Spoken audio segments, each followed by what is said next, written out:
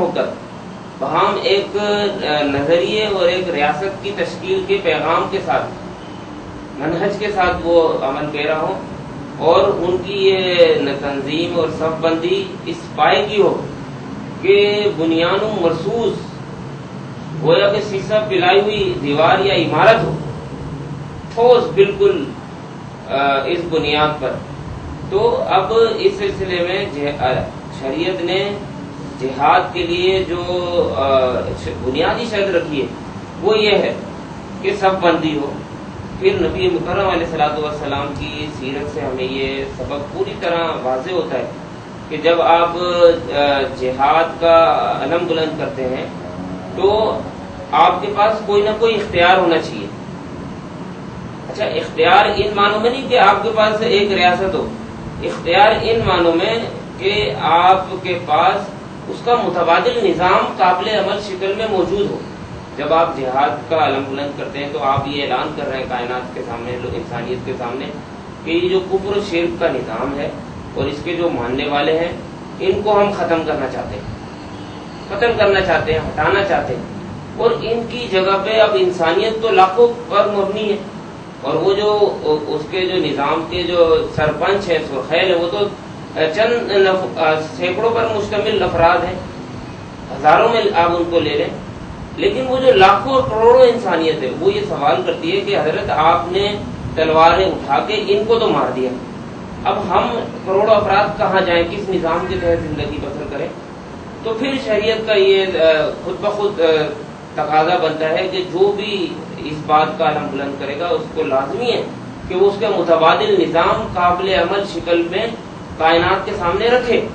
اللہ کے رسول نے جب مدینے میں جہاد کا حکم آپ کو دیا گیا تو اللہ کے رسول نے وہاں اس ریاست کے اندر کائنات کے لوگوں کو بتلا دیا تھا کہ دیکھیں ہم یہ نظام لانا چاہتے ہیں، ہمارے اس سیٹ اپ کے اندر یہ اخلاقی تعلیمات ہیں، تو یہ ہماری جو ہے سیاست ہے، یہ ہمارا جو ہے سفارتی ڈسپلن ہے. میثاق مدینہ دیکھیے کہ آپ مختلف جو قوتیں ہیں جو اسلام کو نہیں قبول کیا ہوا انہوں نے، تو ان کے ساتھ آپ کی ایک معاہدہ ہوتا ہے، ایڈجسٹمنٹ ہوتی ہے، یہی سفارتی تعلقات ہیں. تو آپ کے پاس ریاست ان معنوں میں کہ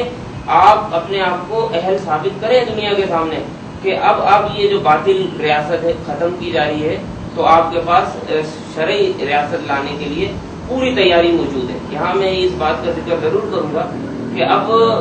بر صغیر میں آزادی کی تحریک چلی، پاکستان کا مطلب کیا، لا الہ الا اللہ کا نعرہ بلند ہوا، لے کے رہیں گے پاکستان، بٹ کے رہے گا ہندوستان. بر صغیر کے مسلمانوں نے بڑے جوش و جذبے کے ساتھ یہ نعرہ بلند کیا. لیکن ہم یہ دیکھتے ہیں کہ ان کی جو یہ جدوجہد تھی اس میں کوئی تیاری نہیں تھی اور اس کا نتیجہ یہ ہوا کہ جب پاکستانی خطہ مل گیا تو ہمارے پاس نہ کانسٹیٹیوشن ہے، نہ ہمارے پاس تعزیرات کے لیے کوئی نظام ہے موجود. بے شک قرآن پاک ہمارے پاس آئیڈیل رہنما اور ہدایت کا منبع اور سرچشمہ ہے، لیکن ہر زمانے میں اس کو امپلیمنٹ کیسے کرنا ہے، اس کی ہدایات کو کس طرح معاشرے میں قابل عمل بنانا ہے، یہ تو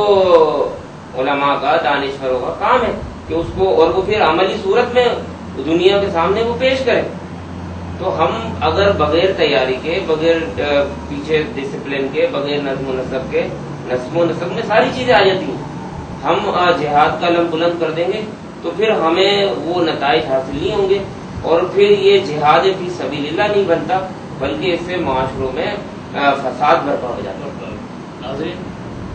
مولانا اشرف صاحب سے گفتگو جاری ہے لیکن اس سے پہلے